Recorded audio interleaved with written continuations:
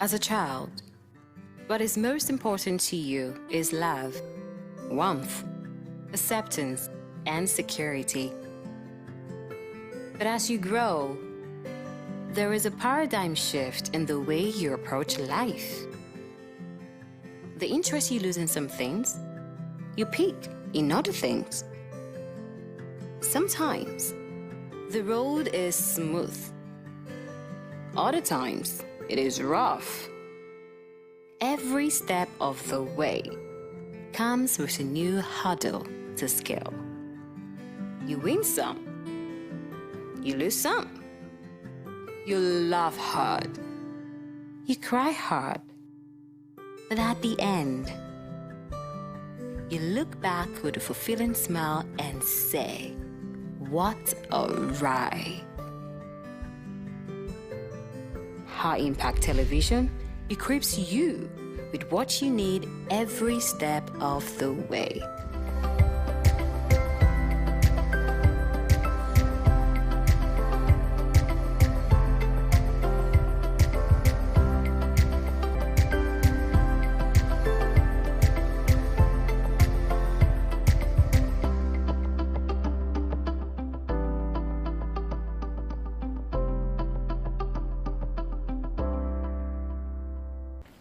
So it is the 4th day in the month of September, and I'm so delighted to welcome you to another thrilling edition of the Breakfast Cafe on High Impact Television. I am Olumide Shokoya.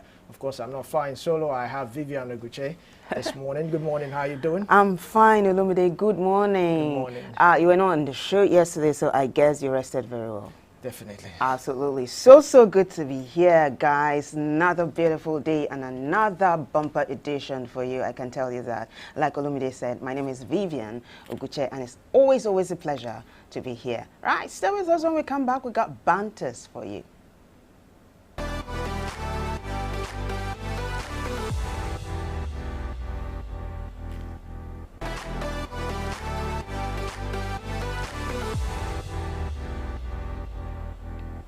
All right, like we promised, banters. And today, what we're taking a look at, well, is model values and behavior.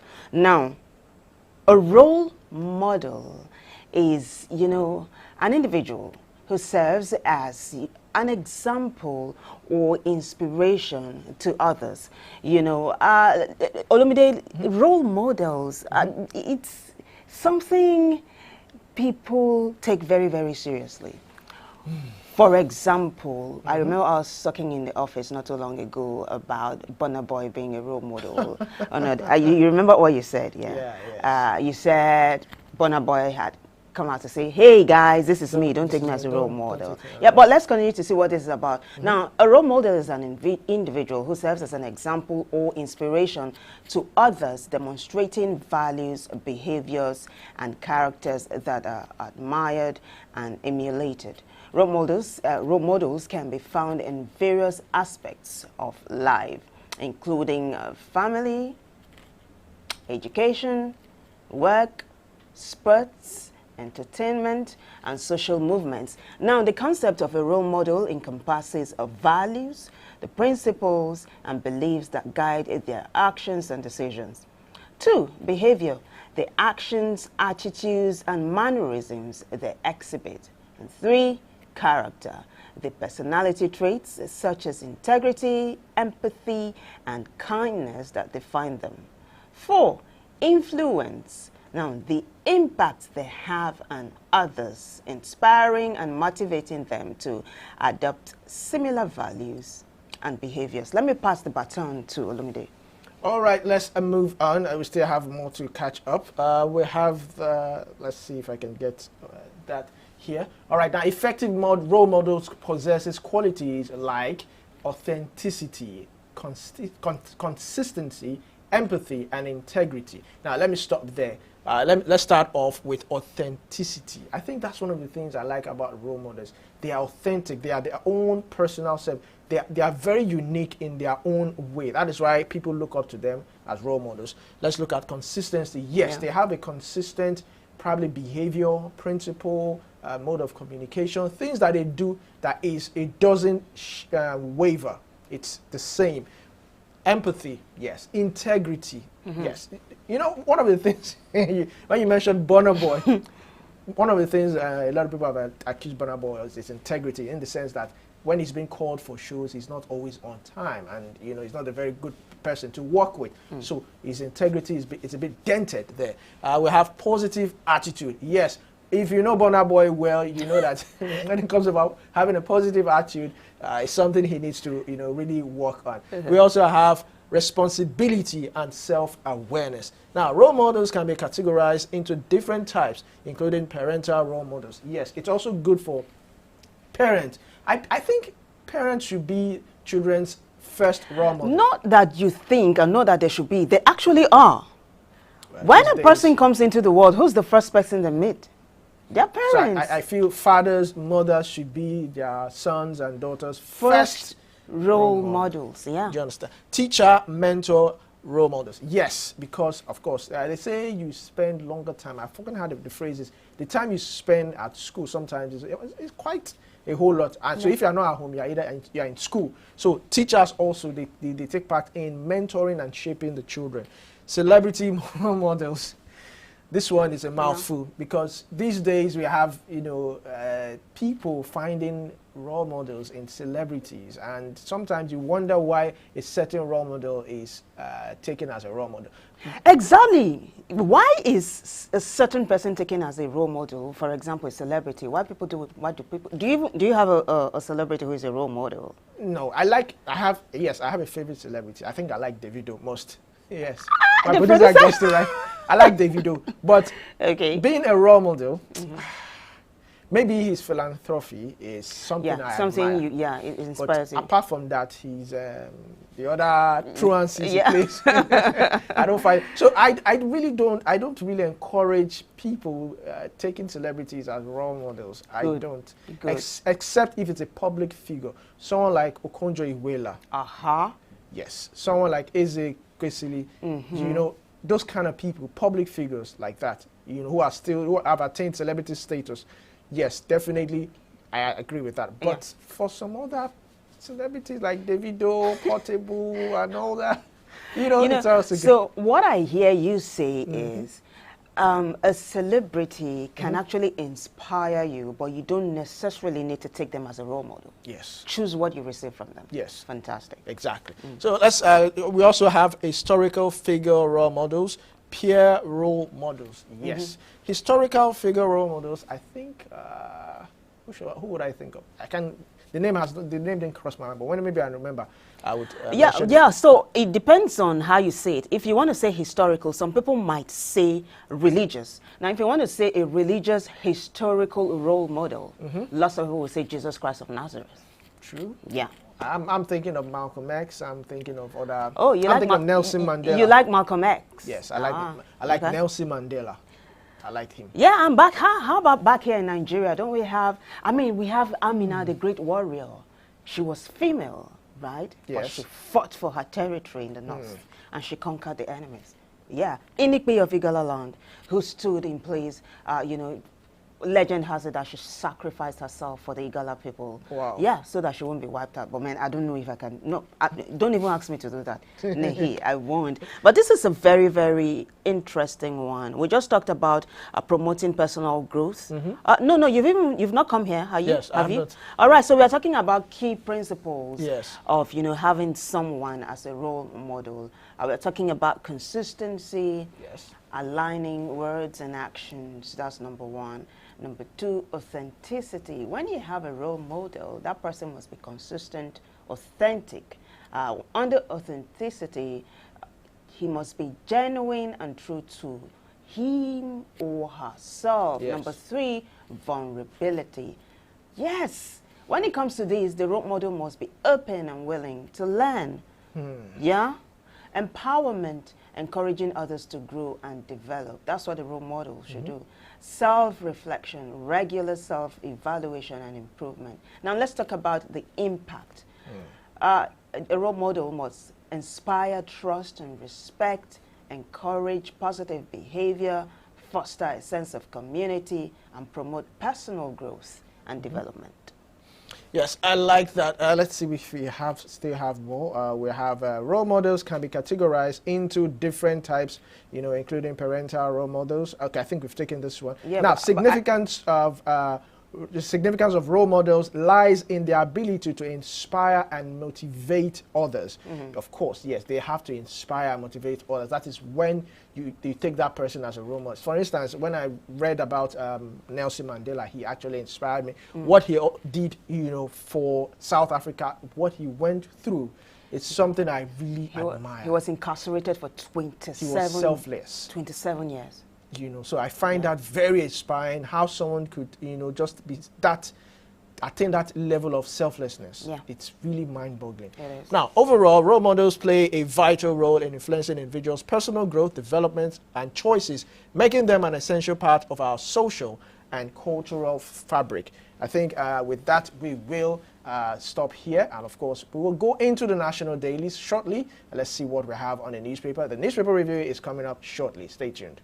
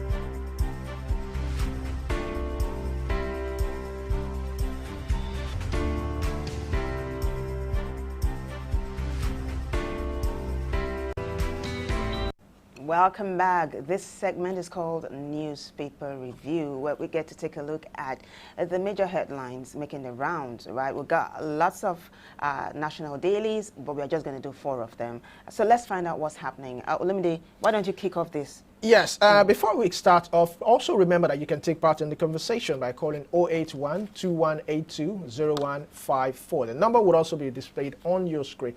Don't forget, you can also stream on YouTube, Facebook, and on X, formerly known as Twitter, at High Impact Studios. So let's start off with the Vanguard newspaper. I was going to say this when we were introducing ourselves, that but let me read out the headline. Anger trails rise in pump price of petrol to 855 naira per liter. Yeah. I saw that report yesterday. There was a video that went viral. The video went viral of a petrol station adjusting their price to 855 naira. And I mean, this morning on my way to work, I could see queues, filling stations short, less cars on the road, less buses, So it's synonymous with what the papers are saying this morning.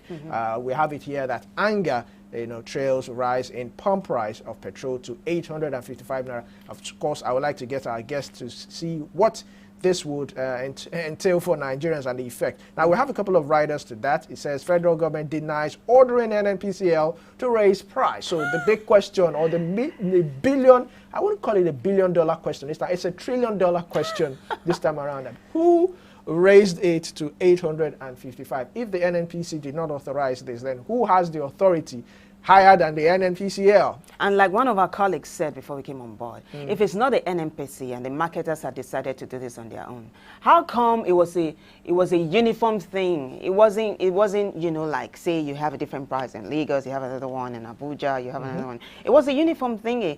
Can that happen without the regulators knowing about it? It can't happen. It can't. These marketers would not just take laws into their hands.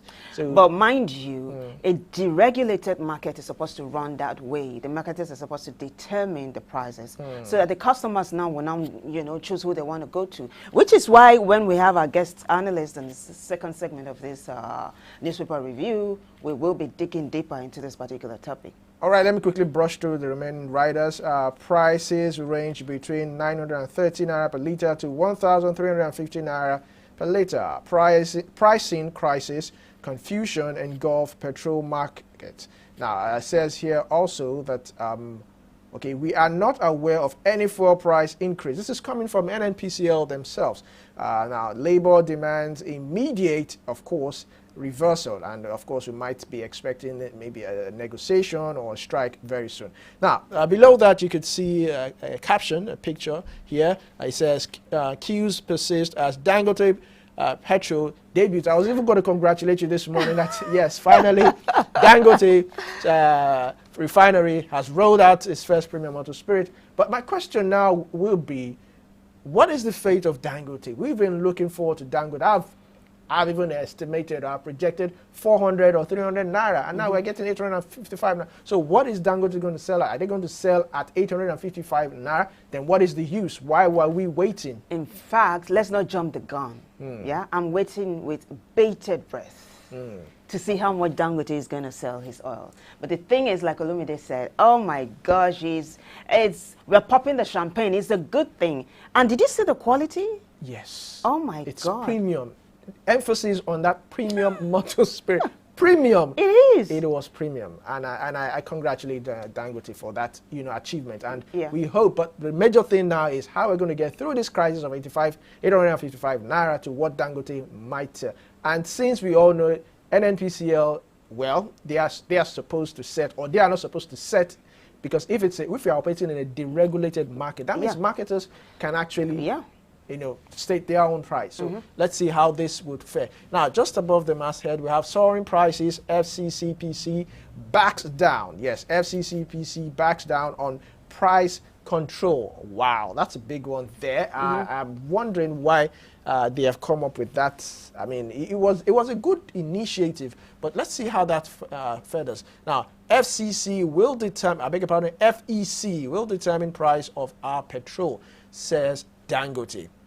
Quite interesting. Now, PDP governors vow to continue supporting Fubara and Flay Wike. Well, there's a meeting that's supposed to be held with the NWC committee of the NWC of PDP. Let's see how that also goes. Now, there's another picture of President Tinubu, and it says here, Tinubu in China. Well, he's in another talk. Well, we'll see the outcome of that. And lastly, on the sports section, page 30, AFCON qualifier, Benin to arrive Nigeria tomorrow. Well, let's see how that fares out. And I think that's all we have right now coming from the Punch newspaper. All right, so can we have the Punch? That's the Vanguard. You just did Yes. the Vanguard, yeah? Olumide just did the Vanguard. So let's go to the Punch now while I wait for the Punch to be splashed on the screen. Okay, we already have it. Major headline, the Punch. It says, Labour demands reversal set to meet. Yeah, and the subtitle there is petrol price hike.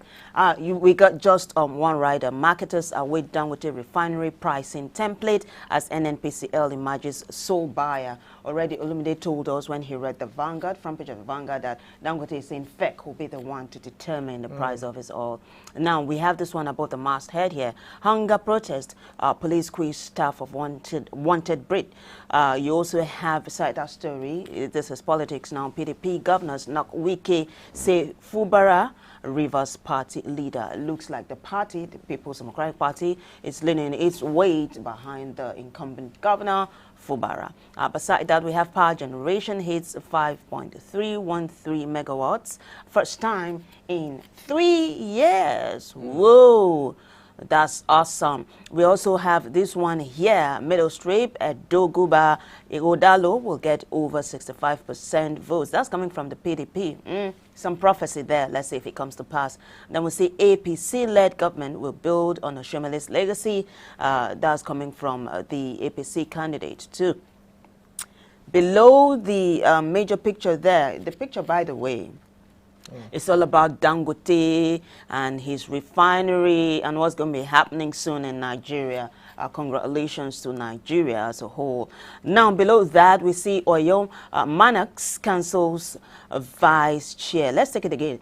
Oyo Monarchs cancels vice chair, tackles Song over Ogbomosho chief imam. And then we have fleeing buttock enlargement doctor now in custody. That's coming from the police right here in Lagos. Last but not least, 34 Yobe villagers killed by Boko Haram get mass burial. And on that very solemn note, we wrap it up on the front page of the Punch. All right, we'll move on to the Guardian newspaper this morning. And on the Guardian newspaper, it says confusion over new pump price as Dangote petrol set for market. Yes, a bit of confusion there. And of course, you can see a lot of stakeholders at the middle, President Tinubu and Dangote by the side, and you have others there. Now, below that, we have another report, another headline here. It says suspected secessionists bomb Anambra Police Division. Wow.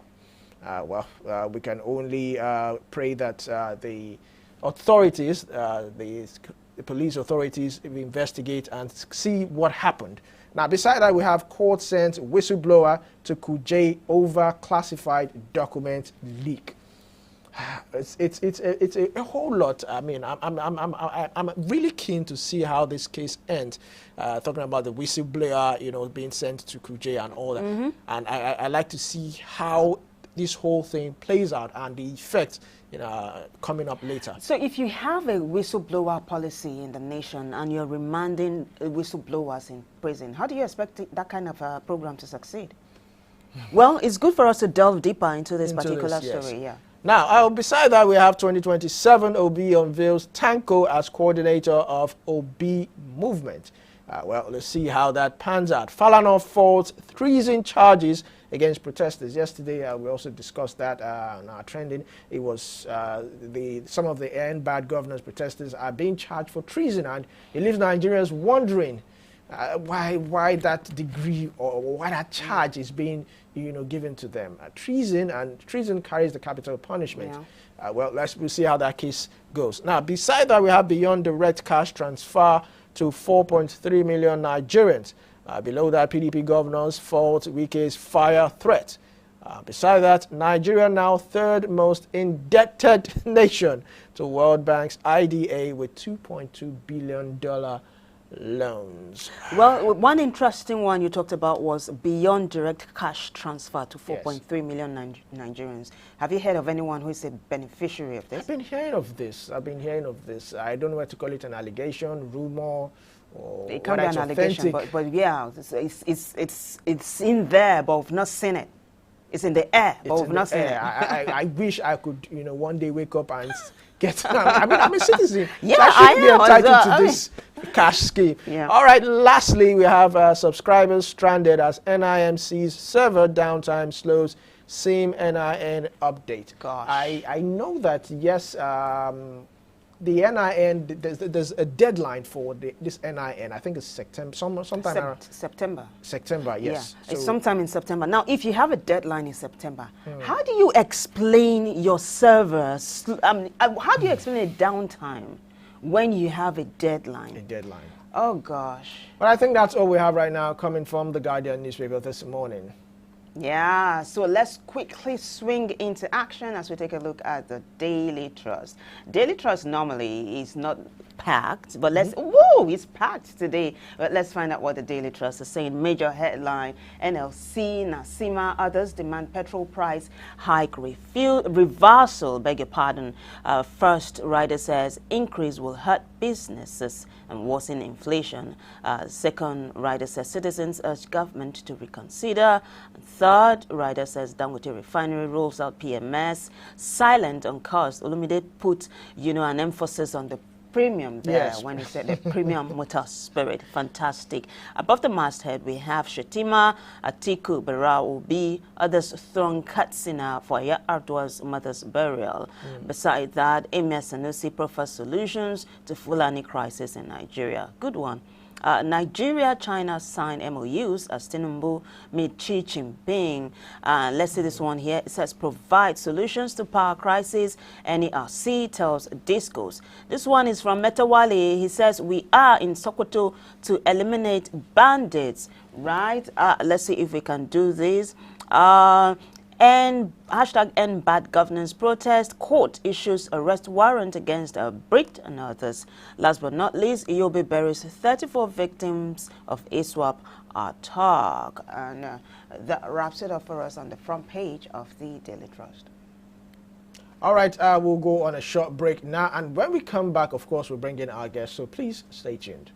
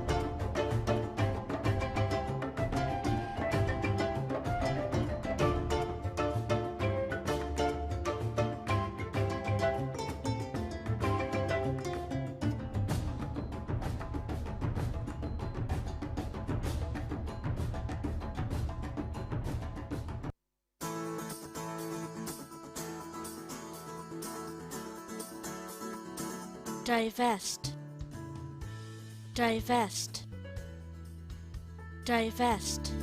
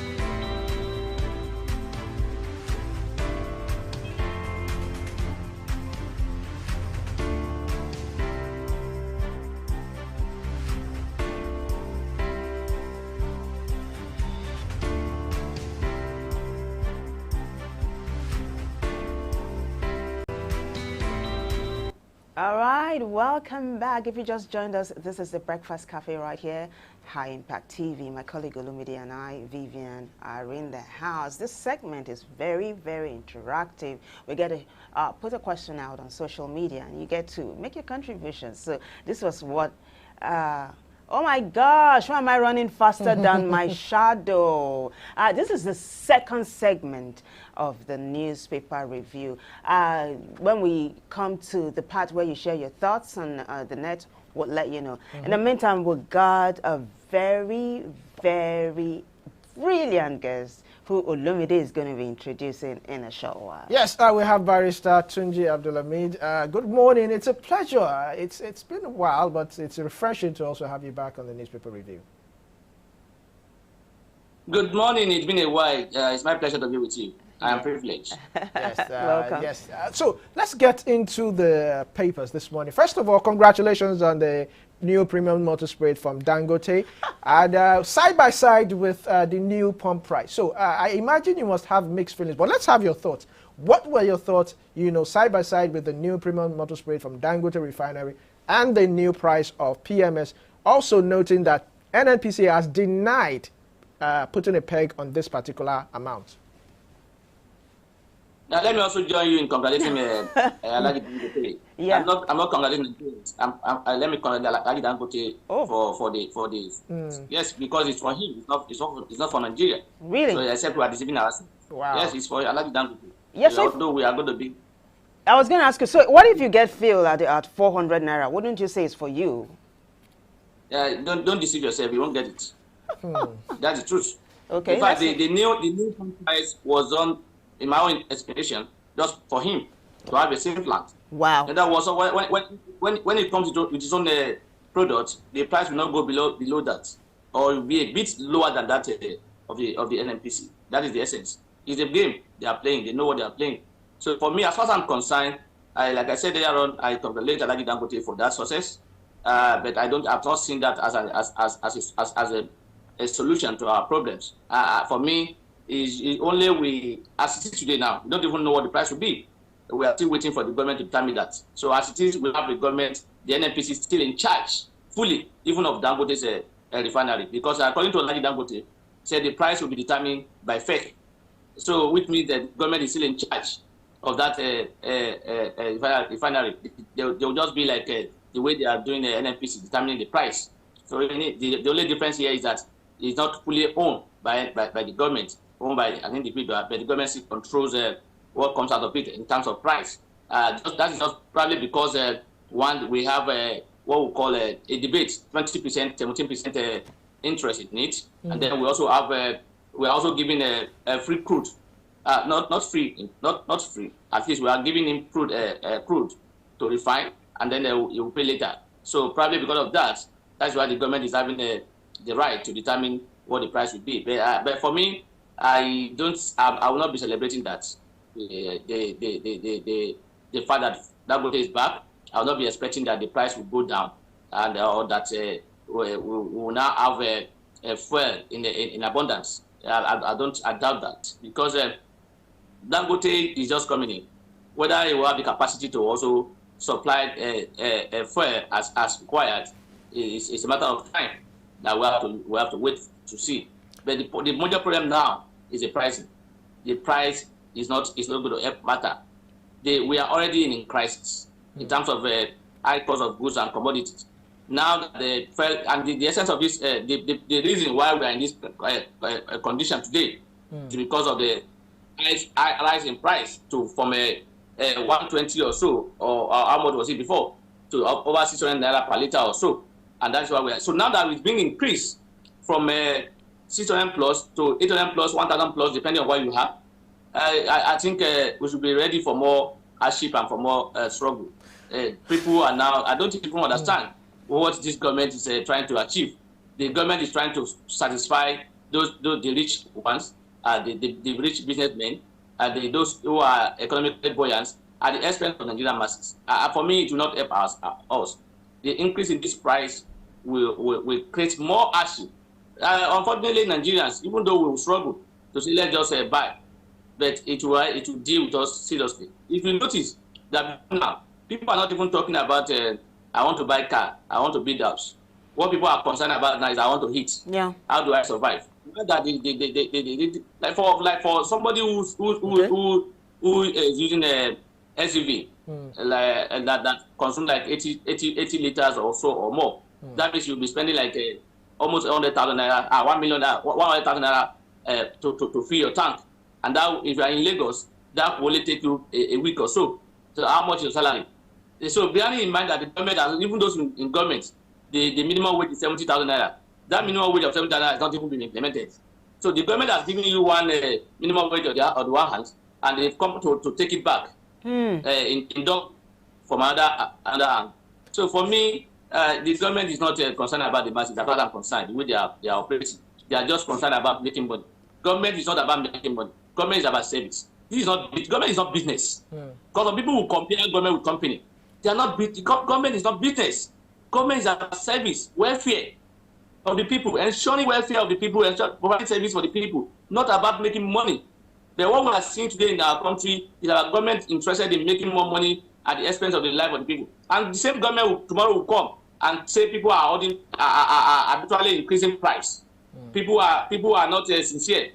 When government itself is doing the same thing, government will tell you they increase tariff, they increase this and that, they increase, and they expect people. With this increment now in fuel price, I tell you from yesterday or from today, everything will have gone up. The transportation will have gone up. Where you take for 100 naira before will likely be 200 or 300 naira now. So as far as I'm concerned, this is not a good one for us. It's not a good one at all. They come into operation by Dangote, coinciding with the increase in price. I don't see it as a mere coincidence. It's just a plan to give soft landing to Dangote to be able to increase its price beyond 600 naira per liter. All That is right, my take. Barrister Tunji Abdulhamid, NNPCL has denied that about this particular price. Now, my question again is, the landing cost of fuel to Nigeria before should now be lesser if we are getting it from Dangote. So shouldn't the federal government be pushing for something lower than this particular 855 naira? If the Dangote price become a bit lower than the 885 naira, it will be like 800 naira or 7 something naira. That is the point. That is the point. And that's why I'm saying that the logic behind what they have done is to give Dangote the privilege to increase price beyond 600 naira per liter. And that's why the NNPC has increased its own to 885 naira per liter. So it will Dangote will either be at par with NNPCL or will be a bit lower than the NNPCL. But don't expect that the price will be 600 naira or 400 naira or even less than that. But NNPCL has stated in the papers that they are not responsible for this increase. So if you work for a company and you start to increase the price and you start selling at that price and nobody say stop that, what does that mean? In law, that's what we call acceptance by conduct. The NNPC came out and denied that on paper. They don't. If you go to NNPC stations now, they've all changed their prices to 885 naira, depending on what you had. Some states they say it's 1,000 plus. So and nobody has said, look, who gave you the authority? Nobody's been asked to say reverse it. What are you talking about? For me, so the government is trying to. So you're saying silence. Yeah, you're saying silence is a consent. That's what you're saying, right? You're saying the NNPC is complicit. That's what you're saying. Yes, it's just a game. They know what they are trying to tell us is that it was not a directive from the minister. They're not denying the fact that there is an increment. But what they are saying that it's not as a result of directive from the minister. If you read it very well, they are not talking about there is no increment, but they are saying it is not from that directive from the minister, because some people are claiming that the minister directed them to, and they are trying to deny that. So if there is no denial as to whether or not there is price increment, there is a price increment because it has not been reversed since yesterday. If nobody has given you authority to bring a guest into the studio or to even take an advert, and that advert is being played by your station, what does it mean? That means the station has agreed that advert should continue. All right. So along that line, let's also take a look at this other, headline on national front pages of national dailies that says that the pricing regulators are backing off, controlling the price of food and other things. Now, you said if a regulator doesn't tell you to stop doing something bad, what does that mean? So what's your take on this? If the regulators are saying they're not going to control the prices of food and stuff generally, what happens to Nigeria? What is the fate of Nigerians?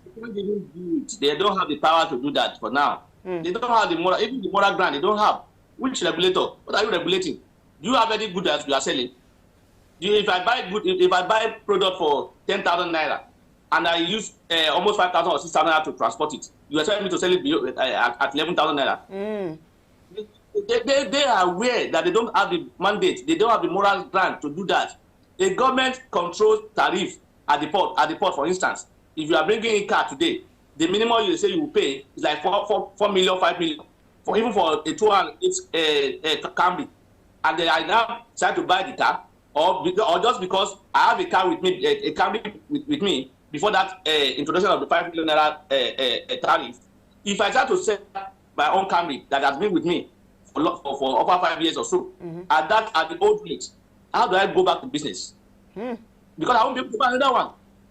That is the logic, and people don't look at that. People will say, you buy product 10 years ago, or 2 years ago, or 1 year ago, and you are still selling it at the new price.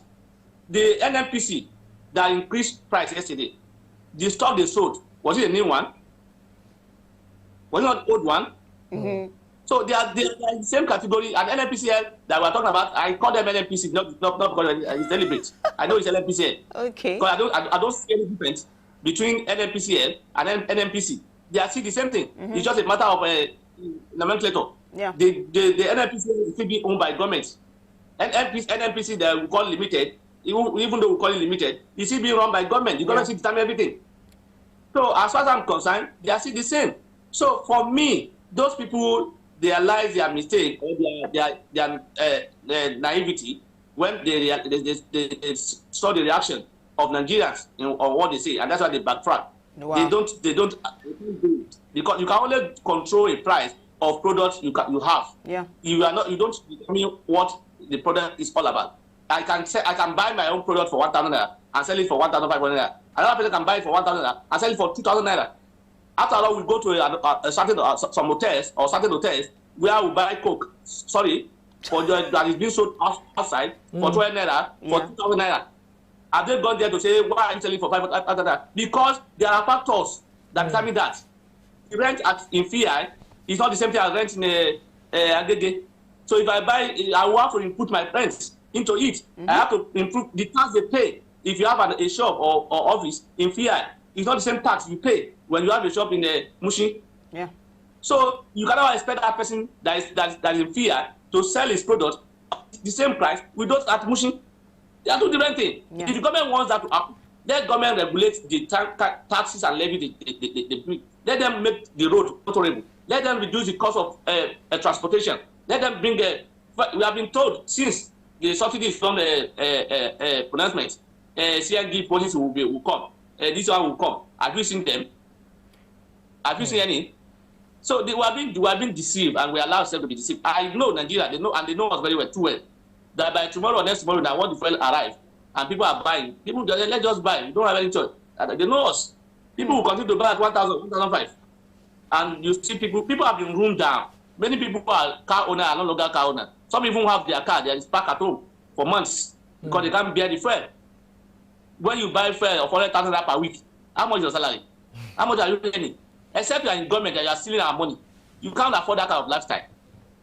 You can't. Only those in government who have access to our commonwealth and who are spending it the way they like are the only people who can live that kind of life, who can survive in that kind of situation. How can I be buying fuel of 100,000 naira per week? How much is my salary? Those who have salary, those who are not in salary, those who are doing a private businesses, how much do they make in a week? So for me, the government is not helping the situation.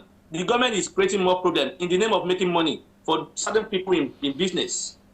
Yeah, it appears the government is also a businessman, and probably because we have a president who have that business mind, and that is the way they are running our country now. They are running our country like a business. A business is not the same thing, because some people will come and say, why can't you run this country like a business? You can't run a company like a country like a business, because those who do business don't care. Their own is about profits. In a government, you must care. You must even, in fact, if it requires you to bring down the price to be able to make people comfortable, you have to do it. That is in government. But in business, you can't do that. Yeah. Government, this money is our money. We all own the money.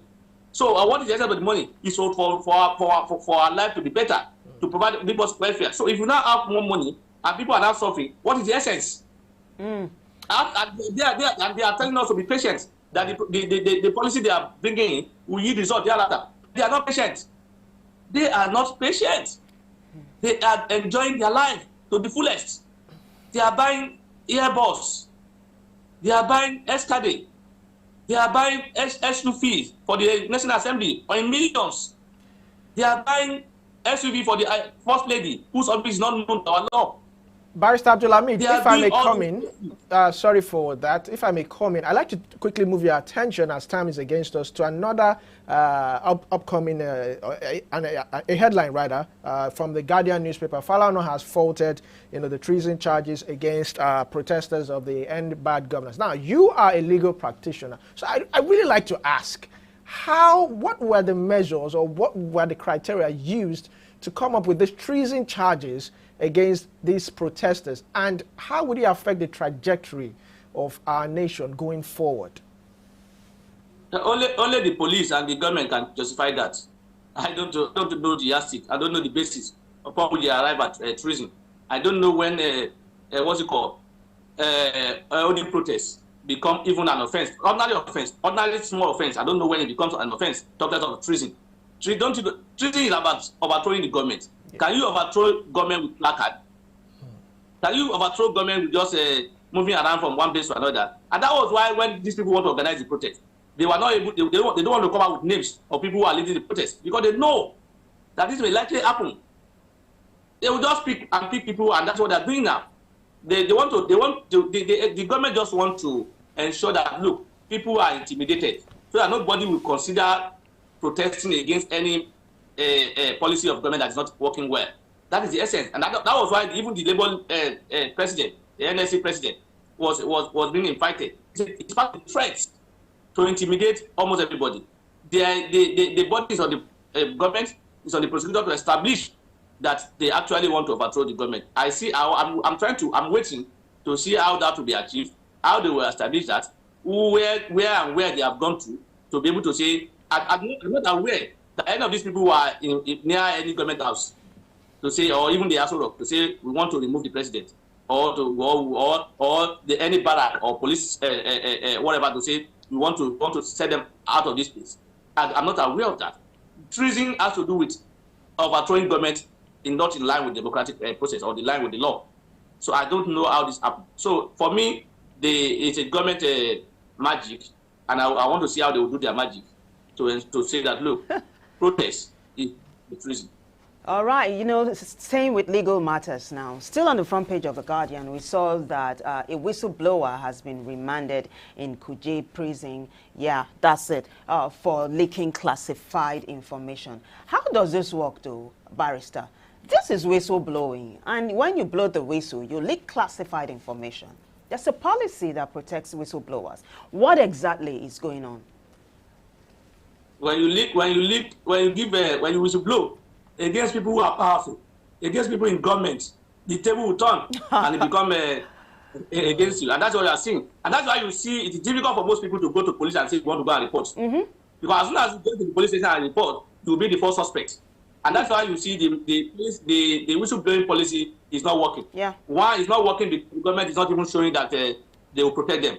Secondly, the government most time turn the table against those who become the whistleblower. And just because sometimes government don't want to pay them the percentage promise, they want to turn the table to avoid that payment. So it becomes your wala to battle, and then you will not even be able to ask for any benefit. And probably again, when those who are involved are the one in charge, are the most powerful in the country, you will see this kind of a thing will happen.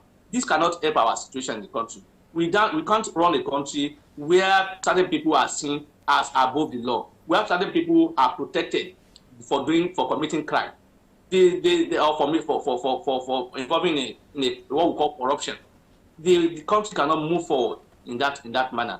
For me, it's sad that people who are to be encouraged to give more information regarding criminalities are being taken as criminal.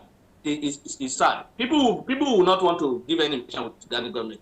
How can you say somebody gave you information and regarding crime, and you are not looking at whether or not that information, that crime actually exists, or whether what you are looking at he exposed what's it called, public secret, or what they call it again? They call it one classified. Something. So for me, yeah, classified information. What is classified information? When classified information is being used by certain people to commit crime or to take advantage of the system. All right, Barrister Tunji Abdulhamid. Barrister Tunji Abdulhamid, if I may comment, we have run out of time. We are against time, and I would love to actually take this up, but maybe in another time, another segment, another program, we will bring you up and we would expand this more. But thank you very much for sharing your thoughts with us. Thank you for having me. It's my pleasure to be with you. You're welcome. Thank Have you. a nice day. You too. Welcome. Thanks, Barrister.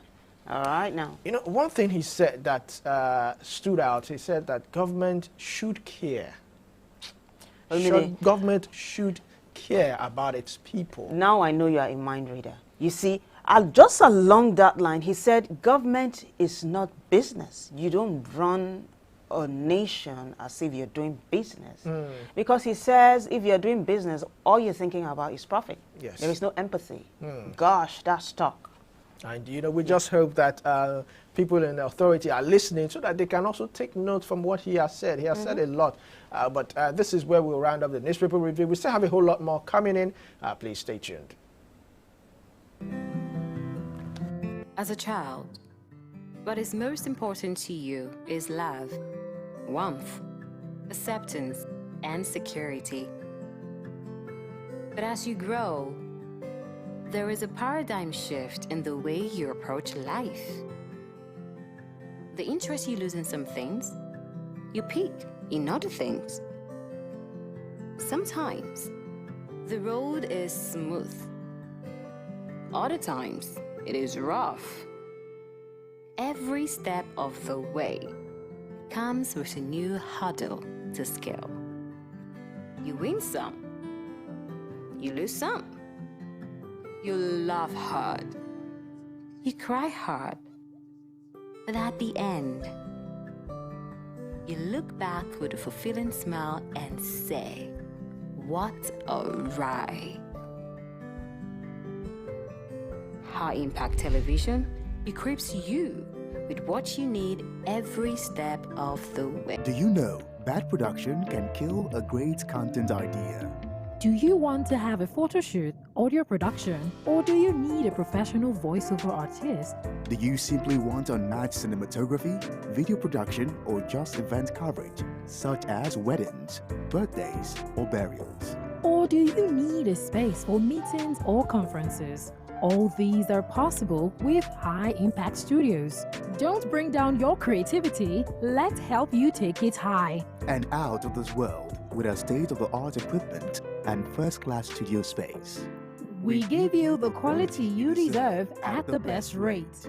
For more details, call 0706 393 5694 or 0915 958 1881. High Impact Studios, the future.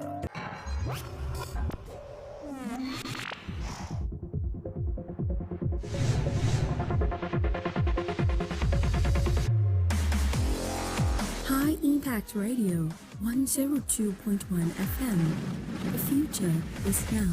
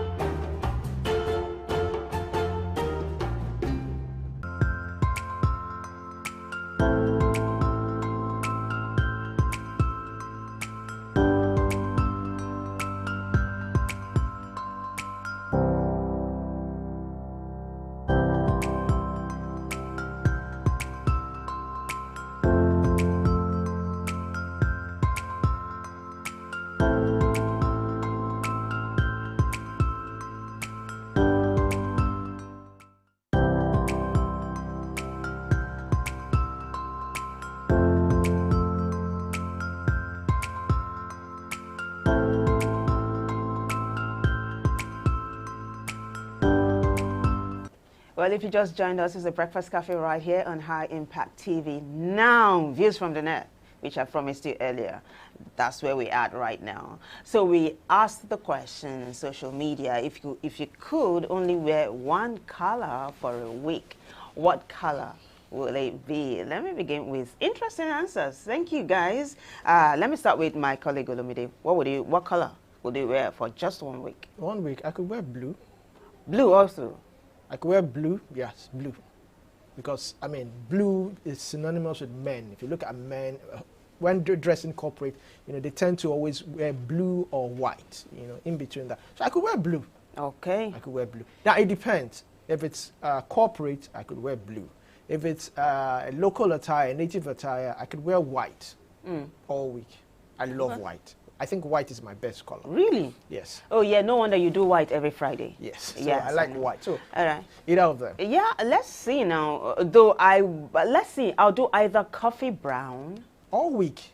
Yeah, coffee brown or navy blue. Yeah, all week. I could You do can never go wrong with blue. Yeah, I could do, but it has to be navy blue. I could do either coffee brown or navy blue. But let's find out what people are saying. Izine from Anthony, that's in Lagos here, says, black is sexy. Who pay attention or who pays attention will notice, but it won't look silly. Izine from Anthony. I like it. You know, it's shades of, dark shades really. That's why I said either navy blue, which is very dark, or coffee brown, which is dark. Izine said black. Let's see what you have. Now, I have this one. It says, lavender represents serenity, grace, and wisdom. I would wear lavender to promote peace and calmness in my life, reminding myself to stay gentle and compassionate. It's a color that soothes my soul. This is Emeka from Lagos. Lavender, I never thought of it. It represents peace and serenity. I like the Emeka fact is a that lover of peace. yeah, I like the fact that Emeka said the color will soothe his soul. Beautiful, I like it. Let's see now. Charcoal gray embodies sophistication, balance, and versatility. As a businessman, I would wear charcoal gray to exude confidence and professionalism. It's a color that makes me feel focused and driven. Tunde from Lagos. Whoa, I just learned something, Tunde. Thank you. Well, charcoal green, gray Gray. rather. Well, maybe I'll try it one day. Yeah. Now, coral pink represents warmth, creativity, and playfulness. I would wear coral pink to express my vibrant personalities and passion for art. It is a color that inspires me to be bold and imaginative. Dami for my job. Wow. I like the fact that our contributors are giving us reasons why they will use this color. Very germane ones. Yes, Let's coral find out. pink. Yeah. So this next comment says, forest green symbolizes growth, harmony, and nature. I agree, like the one I'm wearing. And it says, as an environmentalist, I would wear forest green to promote eco-awareness and sustainability. It's a color that reminds me to stay connected to the earth. This is Larry from Ibadan. Awesome, Larry. Awesome. Thank you. I think I like this color. Royal blue represents luxury, wisdom, and confidence. Emphasis on the luxury. Now, as a leader, I would wear royal blue to inspire trust and respect. It's a color that makes me feel regal and authoritative. This is Grace from Egbeda. Royal blue is synonymous with United Kingdom. That's why I said Yeah, I mean, it's royal blue. What else? You will be regal. Thank you Yes. so much. Now, sunshine yellow embodies optimism, happiness, and warmth. I would wear sunshine yellow to spread joy and positivity, reminding myself and others to stay bright and hopeful. This is Olumide's friend, Queen from Great Yavatech. Thank you so much, Queen. All right, let's see. This one says, Burgundy represents creativity, passion, and sophistication. Now, as a writer, I would wear Burgundy to inspire my imagination and express my ideas with flair. It's a color that makes me feel artistic and expressive. Rotimi from Abuja. This is so good. Now, These it colors means, I'm hearing. Yeah, these colors, they have messages. That's what I'm learning, and this is so good, I'm telling you. This one says, mint green symbolizes freshness, calmness, and serenity. I would wear mint green to promote relaxation and tranquility in my life, reminding myself to stay peaceful and centered. John from Yabatek. Now, this Awesome. is Nike from Unilag. She says, navy blue, just like you. Navy blue represents trust, loyalty, and wisdom. Wow. As a teacher, I would wear navy blue to inspire confidence and respect. It's a color that makes me feel professional and dependable. That's Nike from Unilag. Wow. I like And that. Nike just sounds like the teacher that she is. Thank you, Nike. Now, orange red embodies energy, passion, and creativity. I would wear orange red. Well, I'll wear orange red to express my vibrant personality and enthusiasm for life. It's a color that makes me feel lively and adventurous. This is Bolaji from Yabatek. Whoa, Bolaji is going to be looking like the neon sign, I'm telling you. You know, these colors that I'm seeing, I mean, sometimes when you get a wedding invitation and you see the colors Yeah. that they call out, The you just combination, wonder, yeah. the combinations, you could hear pepper green or something. It's really quite hilarious. Yeah. But let's take this one. I think this is the last one. It says, oh, that's easy. Black. It's the best choice and only right answer. This is Aya from Lekki. Well, black. It depends. I think it depends on the occasion also. It depends on the occasion. It depends on where you are going. Because from Monday to Friday or from Monday to Sunday, that means you are going to the same place every day. So it will be a What if you're not going to the same place every day? So if you are going for a party or if you're going for, So it depends on the occasion. it depends on the occasion. So also the way you wear it matters. Yes. If, for example, you are a lady, or guys too, guys these days, they accessorize a lot. So if you accessorize when you're doing your black, if you could wear a brooch or you could wear chains, you could do long earrings. It depends on how you mix it. So I think the way you wear it too. Yes, works. because I'm thinking, depending on, well, okay, for a cocktail event, evening or dinner, you could wear black. You could go black. But going to the office every day wearing all black, I mean, I might probably approach you. Are you morning? Yeah, well, it depends. All black. I mean, all black. Your jacket, if you're wearing a suit, your jacket, shirt, tie, everything is black. Yeah. It But makes, it mustn't be, say if, for example, you're doing a black attire, your footwear mustn't be black. Well, it depends, but it's safe to wear a black shoe. Really? Yes, it is safe, especially for men. You would want to avoid wearing brown shoes on black suits. It's better you wear brown shoes on gray suits or gray. I mean, just avoid that. It's not. You can actually wear, but it's better. It goes more with gray suits. Black, you can never go wrong with black on any color. It's almost like should I say it's a universal color, you know, and all that. Okay, let's take Sheyi from Ikeja. Good morning, Sheyi. Let's have your thoughts. Good morning. For me, I would pick brown because brown complements my skin a lot. So to just be an easy pick, you get it. All right, Shay. Thank you. I mean, I chose coffee brown myself. I love brown. Thank you, Shay. And then you said earlier on Yes. that black is safe because it's a universal It's color. a universal color. Which is why Ayo from Lekki said, oh, that's easy. Black is the best choice, I guess. It's a universal color, but you want to also be classy. You want to also be careful how you wear black. I mean, you wear a black shirt, a black tie, a black suit. I mean, if it's a black native attire, well, it's still okay, but you might want to, mix it up. It's also just like you said, you might want to be adventurous, put a splash of any other color just to, just to brighten Spice it up, yeah. the mood. So it depends, but that's why I say blue. No, Yeah. you can never go wrong with blue. Blue is manly, blue inspires Blue confidence. is manly? Yes. Okay. For a man, it's a must-have. You must have at least a blue shirt or a blue suit. Blue shirt, blue suit, blue tie. It's a must. Apart from having white and any other color, but blue you can never go wrong. Blue is always very, very safe. I mean, and you can mix it up with any color you want.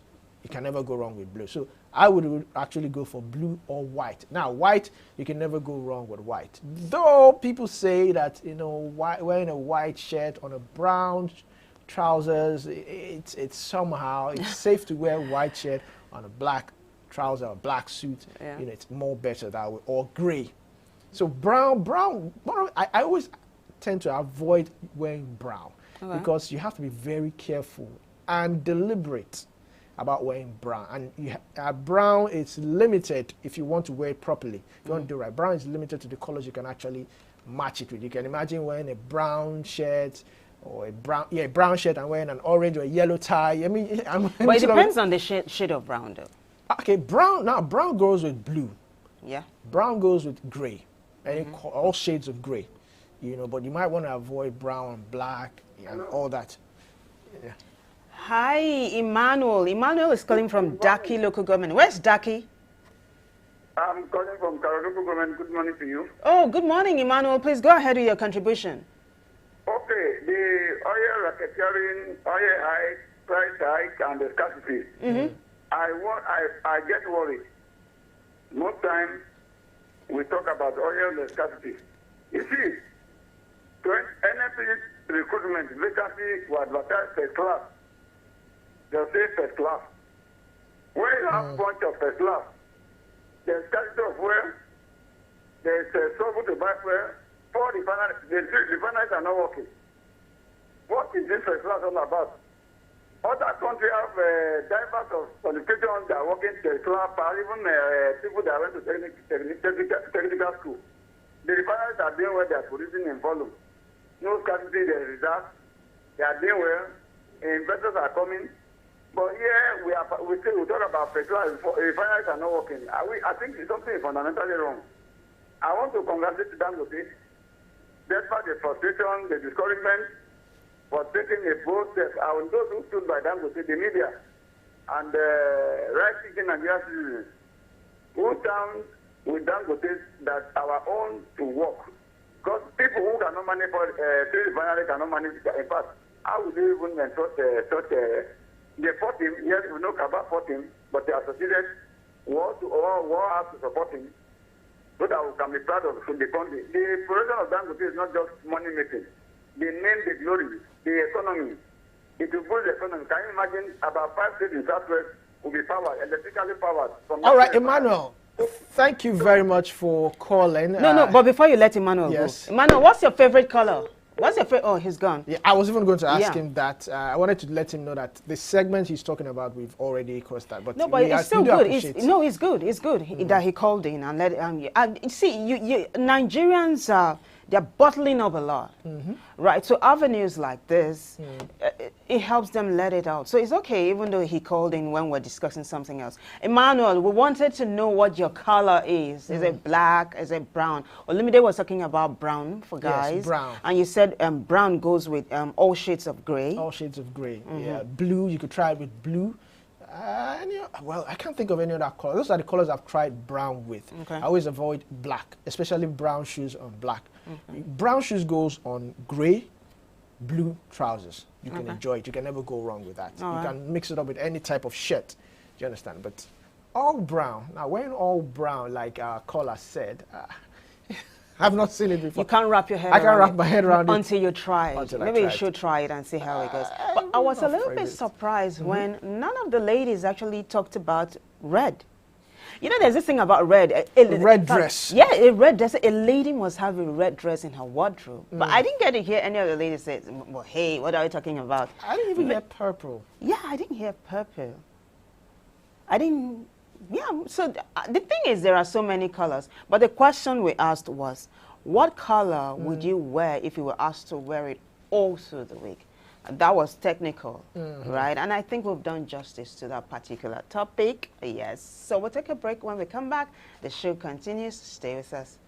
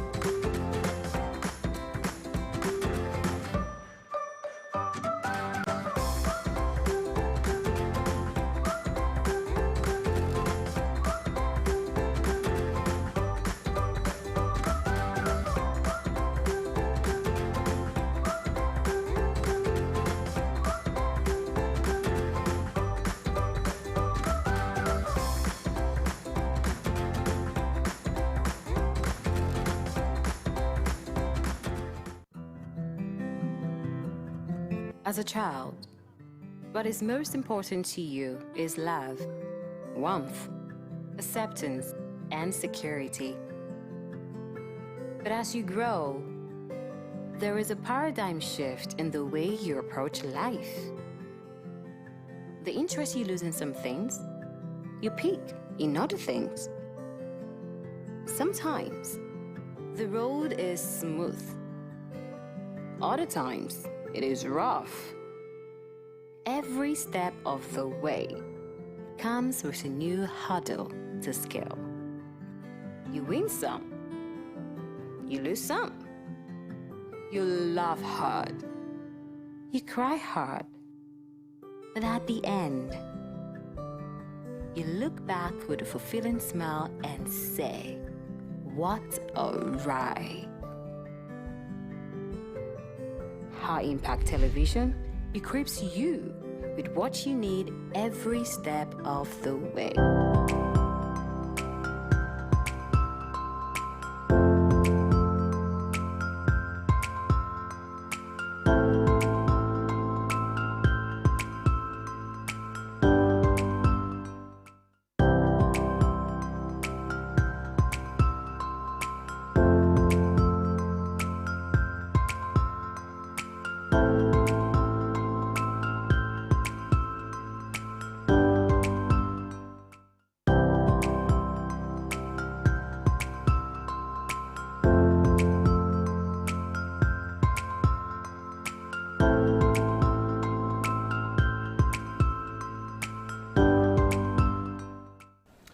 Welcome back. It's still the Breakfast Cafe on High Impact Television. This is where we get to discuss topical issues. Don't forget, you can also join in. You can take part in the discussion by calling our phone line, which will be displayed on the screen. Now, the topic for today is a very crucial one. It is the economic and social impact of fuel scarcity, which coincidentally we're experiencing today. Before we get our guest in, let me give you a backstory to this. Now, fuel scarcity has a severe economic impacts, including increased production costs, higher prices of goods and services, reduced economic growth. Now, when fuel is scarce, businesses and industries face higher operational cost, yes, leading to reduced profitability. Of course, yes, it also leads to competitiveness. Now, this in turn affects employment.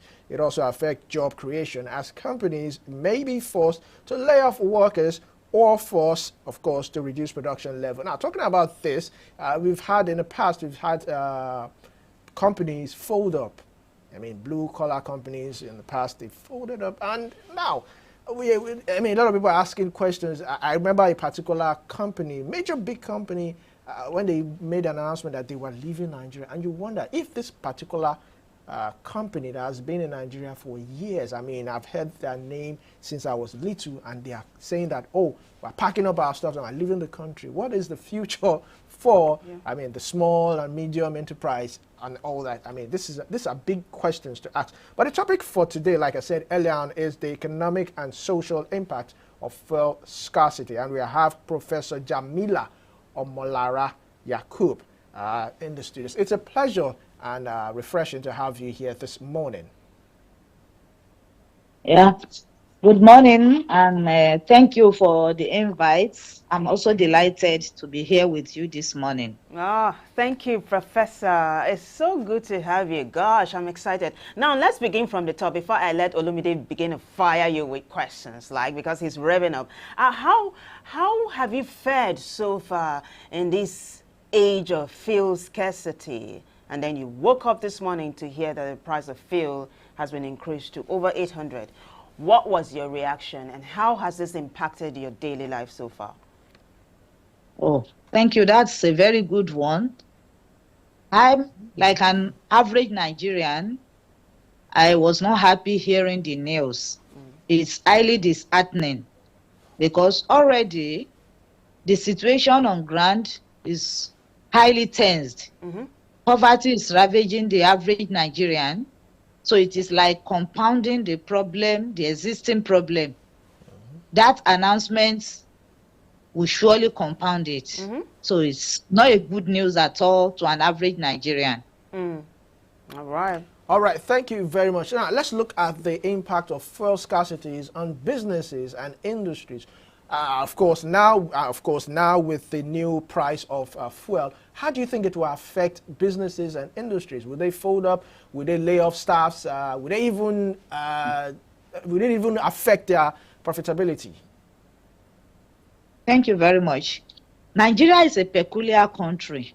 Peculiar in the sense that our production relies majorly on private power supply. Because of that, industries, companies, businesses spend a huge sum of money in providing power. Many companies are run on generators, and these generators are fueled with diesel or PMS. So, which means an increase in the price of petroleum products will surely affect their cost of production. And when that happens, they have to pass on that higher cost to the consumer in form of higher prices. So it means we should expect more inflation in the coming months. And with higher prices, can consumer afford to continue to pay, to buy? Already, the 70,000 minimum wage that the government is proposing is not even enough. Now prices are going up again, which means that 70,000 naira minimum wage has already been depreciated. With that, the consumers will not be able to buy the products with higher prices anymore. And if they can't buy, there will be build-up of stock by companies. And if they continue to build up stock, they may eventually have to cut production. Cutting production implies cutting down labor employment. And with that, unemployment is going to increase because people will lose their jobs. And as people lose their jobs, situation of average Nigeria become worse. Profits will come down. Even the tax that will be collected or collectible by the government will also reduce, because you want to collect taxes on profit made, and where a company has not made profit, what do you collect? So it has a spiral effect on the economy. That is just one aspect. There are many aspects in which the increase in petroleum price will surely affect the Nigerian economy. You know, what you did... Maybe I should wait for other questions. Yes, please. What you did was just to answer my next question. I was going to ask how this affects the prices of goods and services in the economy. But I think you already answered that question. Well, one of the things you said earlier on regarding the impact of fuel scarcity is the fact that it makes, it increases the cost of living, you know. On the front pages of the national dailies we looked at this morning, we saw how price regulators said they were no longer going to control the prices of goods.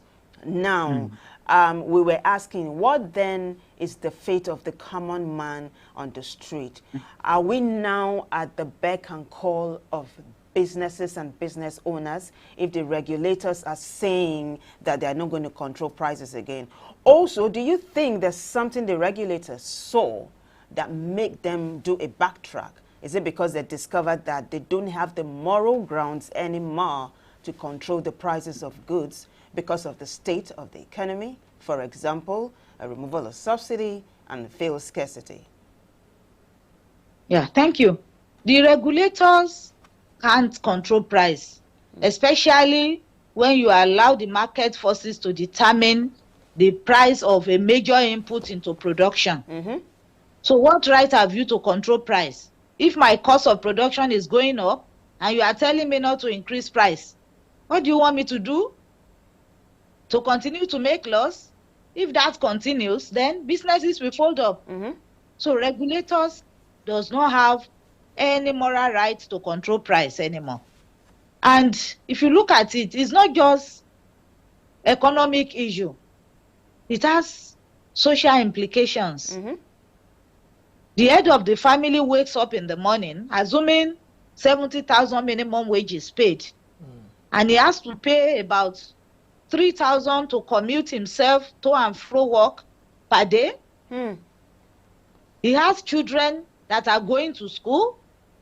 He has to give them transport fare in a situation where there is no subsidized transport system in the country. The children have to go to school. Do you think that man will wake up happy any morning? He can't. And what does he do? He resorts to violence.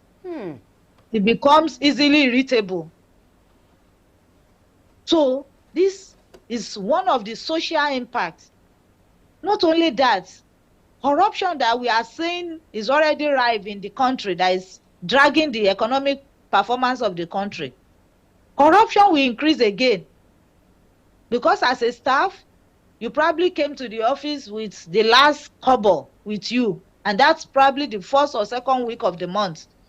You are not even sure of how you go home that day, and somebody is now offering you bribe. There's the high tendency that that person will accept. Because already he's frustrated. He doesn't know how he's going to go home, how he's going to face his family. So corruption becomes rife. It will increase with this increase in fuel price. And what about productivity? People that are not happy, how do you want them to be productive? People that have to go and trek because they can't afford the higher transport fare. By the time they get to the office, they are tired. So this will impact negatively on the productivity of workers. So it's a spiral. It's a kind of cobweb, and it's going to generate more and more inflation because as productivity dive, price will also go up. Wow. So yeah, that was productivity. Brilliant. Yeah. That was that's a productivity and price. Very brilliant. Yes. You know, I want us to open this a little bit before my colleague Olumide comes on. Professor, what you've just done is to open Pandora's box. You know, you talked about how the head of a family will wake up one morning and he's thinking of how he's going to manage this tough economic situation and take care of his family. I remember talking to one of your colleagues some years ago or some months ago who said that these drivers who drive the yellow buses are under a lot of pressure, intense pressure. And so what they do every day, especially in the morning, is to turn to taking alcohol. And that in turn makes them very violent. They talk to their what's it called, passengers anyhow. They drive anyhow. And in some cases, this leads to accidents on the road. So we are talking about the impacts of fuel scarcity. Now, you just said this is not even economic. It is also social, right? Now, let's talk about, let's talk about this a little bit. Do you think really this affects the rate of accidents on our roads? Taking, for example, this example I gave about drivers and alcohol. Oh, thank you. Surely it will. Because an average Nigerian is employed, maybe self-employed or employed with somebody. That person that's a poor man is an angry man. That person that is choked up with the increase in fuel price is ordinarily angry, including the drivers on the road. They are angry. Even the private car owners are also angry on the road because of the increase in fuel prices. I, for example, I told myself that if I'm going to the office today, I can't go with my car. So I'm already annoyed. I should have gone in the comfort of my car, but because of the increase in fuel price, I can't go anymore with my car every day. And this happens to many other workers. With that, there is anger in the land. And with anger, accidents can easily occur. Not only that, people are already depressed. The economic situation is depressing. And when you are depressed, you lose concentration. Drivers can lose concentration because if a commercial driver has to fuel the car, he has to pay the tout. How much is he going home with at the end of the day? So some of them claim that they take alcohol, they take all these drugs just to suppress their thinking. Even though that's not the solution, but they believe it will temporarily relieve them of all the problems in the society. So it's a lot of issues that our government they've not realized the impact of this increase in fuel price on the economy and on the people generally. It's terrible. All right, thank you very much, Professor. Now, I'd like to ask a question. In a deregulated market, I mean, we shouldn't even be having fuel scarcities and all that, but we seem to have this. So what do you think that the government is not doing right or hasn't gotten, or is there something that they are not privy to, or they are not doing it well? And also, what is your thoughts on our refineries? The Port Harcourt refinery, since the beginning of this year, we've been promised since last year that the beginning of this year we'll have this refinery, Port Harcourt refinery, and then it kept on pushing it. Now we're not even sure if this refinery might come into fruition this year. So what do you think the federal government, NNPCL, have not gotten right to make sure, to ensure that the refinery come into fruition and fuel scarcity become a thing of the past? Thank you. I think the refineries, they are just being used as a conduit pipe to siphon and to embezzle money in Nigeria. We've been on this refinery since 1999 when Obasanjo came on board. And if for over 20 years we've not been able to make them functional, I think we need to have a rethink about working on the refinery again. If we have started in 1999 to build a new refinery, I'm sure by now we will have finished building a refinery that will supply petrol and other petroleum products to Nigeria at affordable price. So definitely the refinery issue is a corruption channel in Nigeria. All right. Okay, go ahead. Coming to deregulation, it's like you want to have your cake, you want to eat your cake and still have it. The government wants to deregulate, yet they are not ready to answer in the petroleum sector because of this issue of corruption that we are talking about. Assuming Nigeria does not even produce oil and we have to import, do we have to go through this race? Definitely no. Because when you are importing, Each importer should know the cost of landing. Each importer will know his profit margin, and we know what the price will be in the market. But a situation where we are producing oil and everything is shrouded in mystery.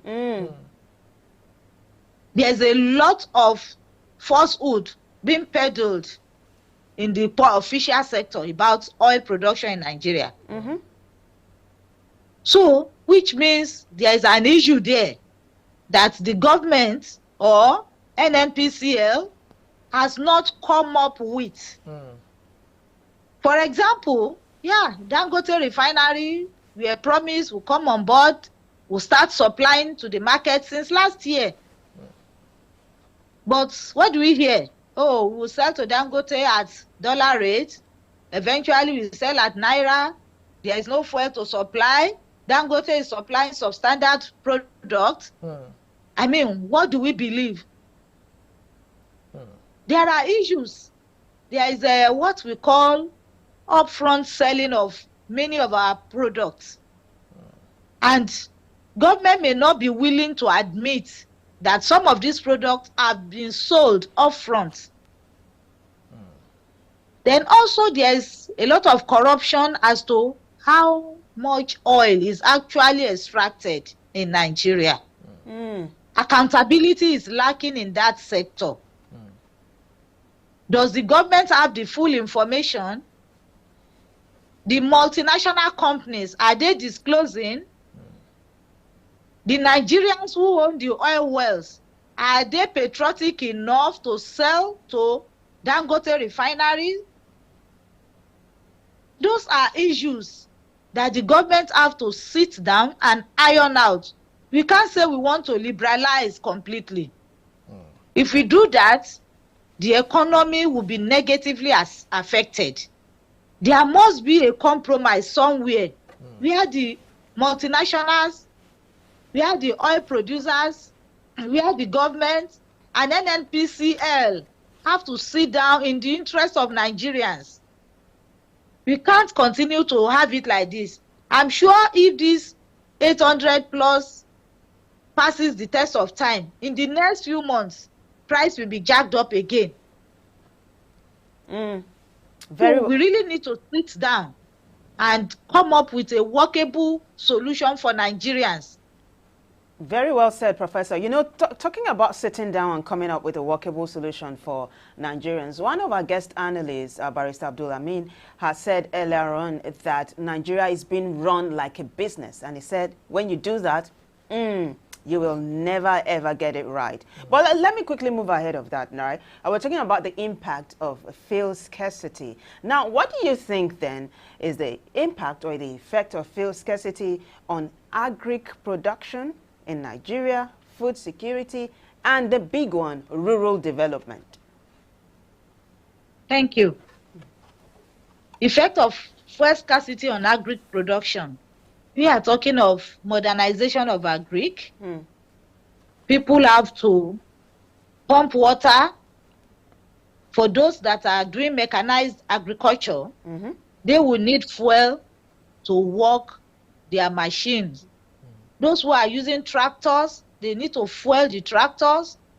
All these will be impacted by the cost of fuel. Then also, taking the fertilizers to the farm involves fuel. Bringing out the product from the farm to the market is also involving fuel. So definitely, agriculture will be impacted negatively with this increase in the fuel prices.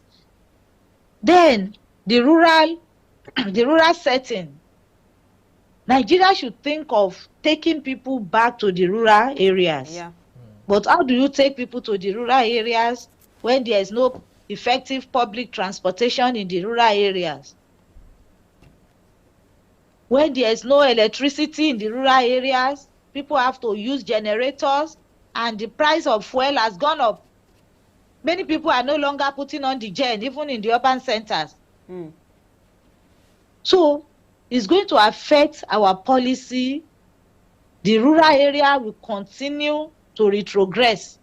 people will want to come to the urban center because they believe life will be a bit better. So food security will be impacted. People that are in essential sectors like agriculture, they need support of the government. But here we are. An average farmer does not have that support. Many of them have to bribe to get fertilizers. They have to queue up in the filling stations to buy the little fuel they needed for their tractors, for their generators. How do we now have food security?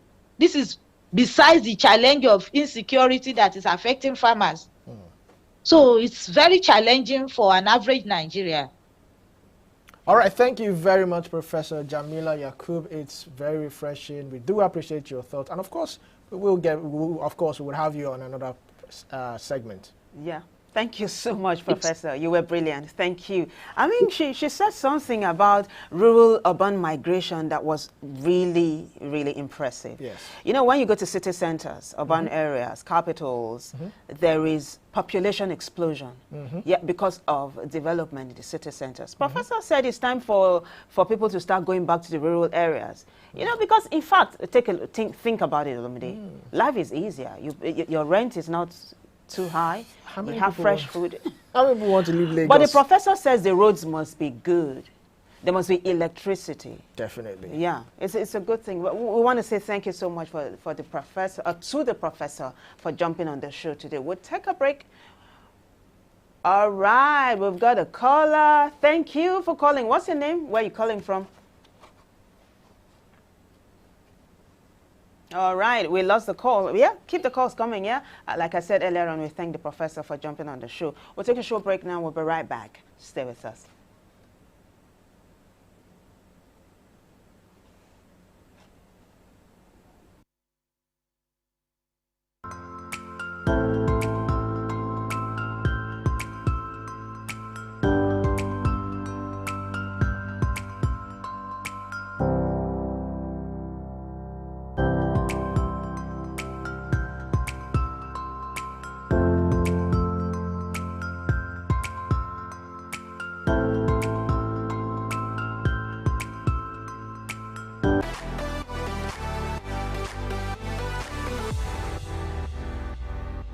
Great, move. And I think I want to personally also thank Mr. President Bola Ahmed Tinubu for creating this idea of Naira for crude and also Naira for the product. Doing that, it will give a lot of stability for the Naira. You know, where now you remove 40% of the demand of dollars in the market, and that will actually stabilize the market. But that's not it. As you know, there's quite a lot of what you call round tripping, where people now do documentation and the fuel does not come into Nigeria, and this is a fact. So right now, as we have this refinery working, it will show the true consumption of Nigeria. We can track every single loaded trucks, and we will try as much as possible to track the loaded ships. Trucks, we can tell you where they are. Just like now, in some of the products that we do, we can tell you exactly the consumption pattern and co. But that is a discussion for another day.